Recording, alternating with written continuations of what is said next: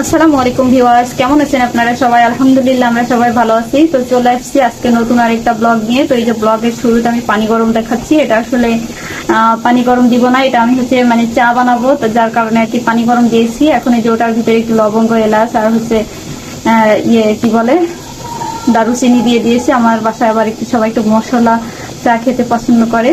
তো এখন আসলে বিকালবেলা সবারই একটু মন চাই যে হালকা পাতলা কিছু খাই, তাই আর কি এখন একটু চা বানাইতেছি। এই যে পানিটা গরম হয়ে গেছে, এখন আমি যে চা পাতি দিয়ে দিব।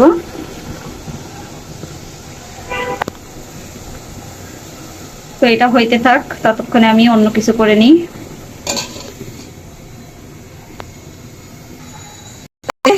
এই পাশে চা হইতে থাক, আর এই পাশে আমি এই যে এগুলা কি বলেন তো, এগুলা হচ্ছে ভুট্টা, এগুলা দিয়ে আমি আর কি এখন এই যে পপকর্ন বানাবো। এখন সবাই খাবে পপকর্ন। আসলে বেলায় সবাই একটু মানে আমার বাচ্চারাও বিকাল বেলা একটু এটা ওটা সেটা খাইতে চাই।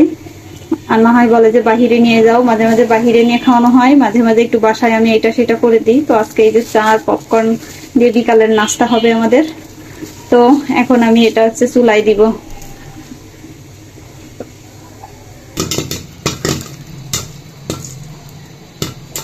এই যে এখানে পপকর্ন দিয়ে দিয়েছি। আসলে পপকর্ন দেওয়ার পর আমি হচ্ছে ওটা ভিডিও করার সময় পাই নাই, ওটা দেখানোর সময় পাই নাই, মানে ততক্ষণ আমি দেওয়ার সঙ্গে সঙ্গে আর কি চুলাটা অনেক গরম ছিল, ওইটা আসলে হয়ে গেছে, যার কারণে আমি আর ওটা দিতে পারলাম না।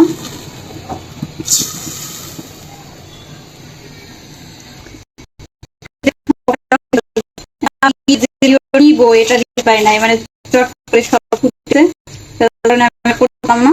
তো এই জন্য আমাদের এখন আমি চাটা কাপে ঢেলে নিব।